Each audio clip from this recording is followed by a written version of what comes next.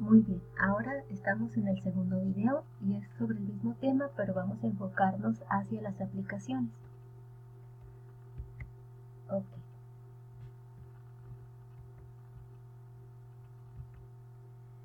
Bien, fíjate, aquí en esta imagen solamente es conceptual, se muestra un ejemplo donde hay dos planes de inversión que están como que en competencia, ¿no? O sea, es decir, estamos por decidir cuál plan de inversión nos conviene más. Entonces, el primer plan, como se ve en la imagen, sería este. Ok, ese es el primer plan. ¿Sí? Aquí tenemos a la función. Este es el segundo plan. Y justamente la región que se está mostrando es la utilidad que genera cada plan de inversión. Como vemos, el segundo genera más inversión que el primero. Pero lo que queremos saber es cuánto dinero más habrías ganado en el segundo plan con respecto al primero. Entonces justamente esa diferencia es la región entre las curvas. ¿Ok? Entonces, pues básicamente es lo que vamos a hacer. De pronto nos van a aparecer ejemplos donde hay oferta y demanda, o donde hay ingresos y costos y queremos saber la utilidad. Entonces, pues justamente esa región entre el ingreso y el costo va a ser la utilidad. Ok. Muy bien. Bueno. Entonces, vamos a hacer este ejemplo. Supongo que debe de estar ahí en tu libro, pero vamos a explicarlo aquí. Entonces, te dice cuánto dinero más habrás ganado al cabo de 5 años si inviertes tu dinero en el segundo plan. Ok, entonces aquí vemos que los límites van a ser de 0 a 5, ¿verdad? Que representarían los 5 años. ¿Qué dice aquí? Y la función con mayor área pues es la 2, que son 255 más 12t menos 192 más 3t cuadrada dt. Entonces, como pasó en el último ejemplo de sin contexto de área entre curvas sin contexto, vamos a simplificar la expresión para que tengamos menos términos a integrar. Entonces 255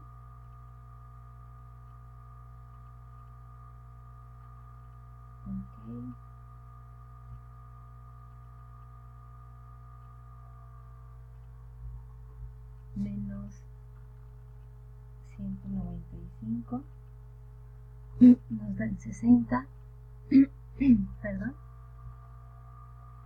y luego serían más 12t menos 3t cuadrado dt. Y esto integrado es igual a 60t más 12t cuadrada entre 2 por 6t cuadrada. Okay.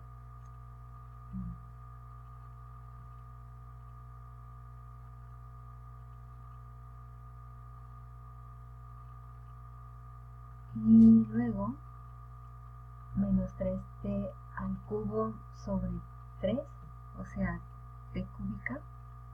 Estoy solamente optimizando espacio. Tú puedes hacer todo el paso y está perfecto. Y esto lo vamos a evaluar de 0 a 5. Entonces esto es igual a 60 por 5 más 6 por 5 al cuadrado menos 5 al cubo menos pues 60 por 0 más 6 por 0 al cuadrado menos 0 al cubo. Y esto es igual a 60 por 5, pues aquí son 300, más 5 al cuadrado son 25, y 25 por 6 nos dan 150 menos 5 al cubo, que son 125, ¿no?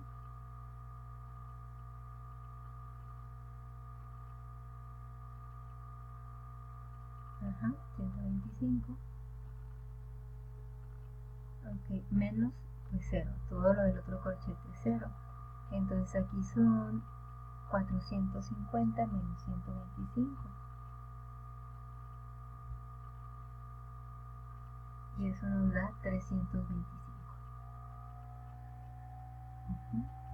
Ok, y están en miles de pesos. Entonces, fíjate muy bien, la interpretación, que es muy importante, ¿verdad? Darle sentido a lo que estamos haciendo, sería que la inversión 2, o sea, el segundo plan,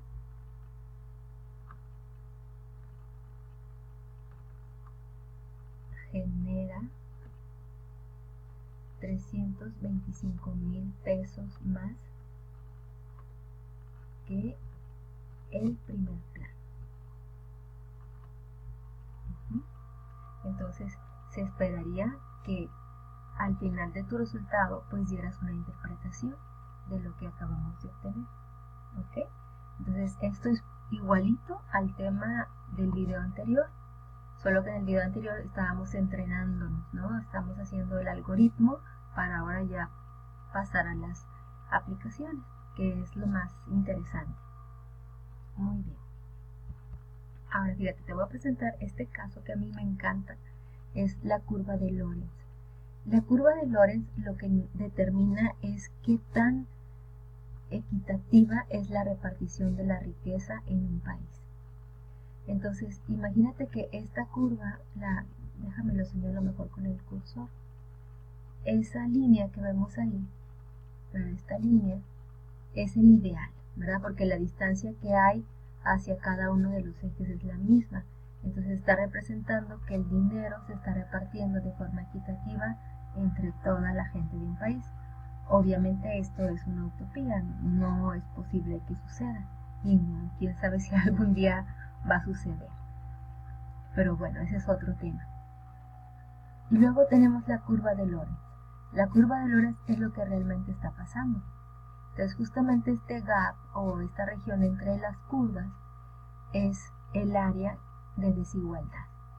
Entonces se esperaría que esta región de desigualdad pues fuera cada vez más pequeña, ¿verdad? Que tendiera a ser 0 para que la repartición de la riqueza pues fuera más equitativa en un país, que es lo que idealmente debería de suceder, porque eso conlleva a que no sucedan ciertas problemáticas sociales y económicas. Fíjense, aquí por ejemplo tenemos estos resultados, es decir, esta región, la que te comento, la región de desigualdad, tiene un nombre, se llama índice Gini. Entonces ese índice Gini, como les comentaba, entre más cercano sea 0 es mejor, porque significa que hay menos desigualdad. Estos son los países de la OCDE y ve cómo Dinamarca tiene un índice Gini muy bajo, ¿verdad?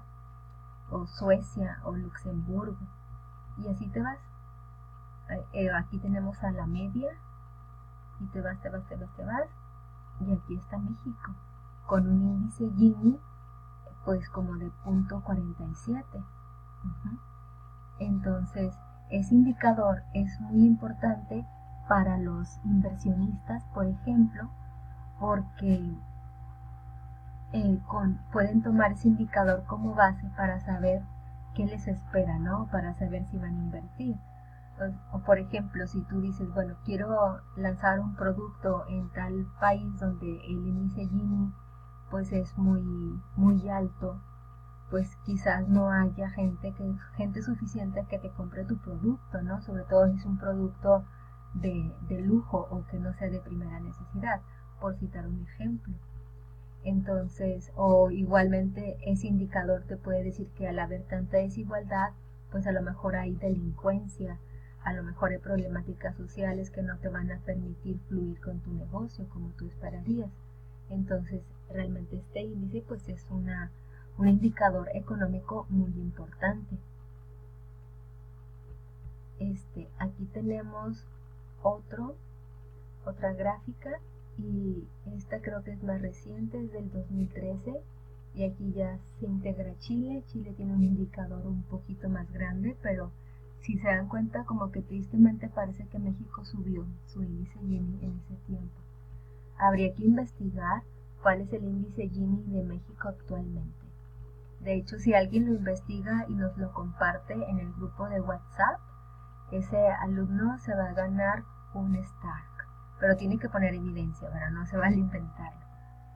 Bueno, fíjense. Siempre, bueno, no siempre, bueno, un indicador importante, o sea, una evidencia del índice Gini son las escuelas. Esta es una escuela rural mexicana. Si te das cuenta, pues tiene un techito, pero apenas pues, no tiene ni suelo ni paredes, ¿verdad? Es en un lugar rural. Este sería una escuela pública en una zona urbanizada. ¿Okay? Está en mejores condiciones que la escuela pública rural, ¿verdad? No cabe duda. Pero ahora quiero que vean la imagen de una escuela de Dinamarca, por ejemplo, que tiene un índice Gini muy bajito. Es una escuela pública, entonces de cómo los niños, o sea, sus instalaciones, sus computadoras, es otro mundo, ¿verdad? Una cosa muy diferente. Okay. Bueno, aquí creo que me emocioné, aquí tenemos otros. Estos son de Latinoamérica. Entonces, mira, por ejemplo, ve Honduras, tiene un indicador muy alto, Brasil, ¿verdad? Y pues sí, nos sorprende, o sea, en Brasil hay gente que tiene mucho dinero, pero también hay mucha gente que vive en extrema pobreza, es decir, que la riqueza no está repartida por igual.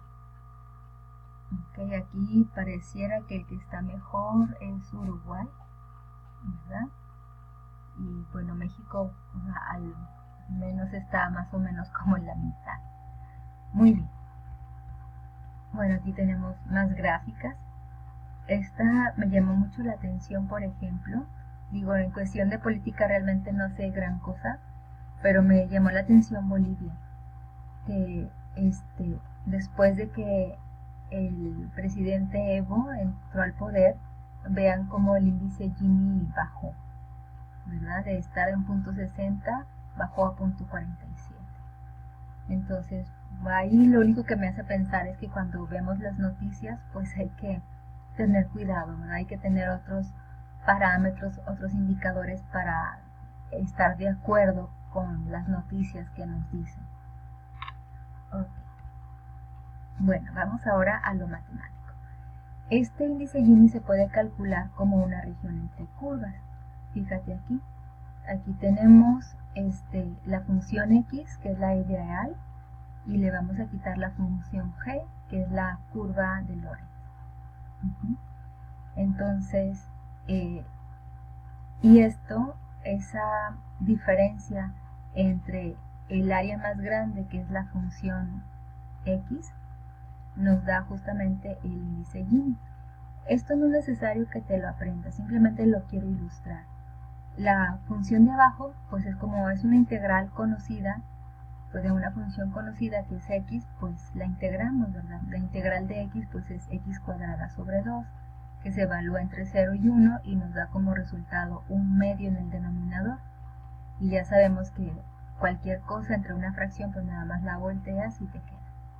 Entonces, esta expresión que estoy señalando ahora mismo es la que vamos a utilizar para calcular el índice Gini, siempre y cuando nos provean la curva de Lorentz, ¿verdad? O sea, nos tienen que dar la función g. La función x ahí está, porque ya sabemos que es lo ideal. Y la función g es la función que nos tienen que dar.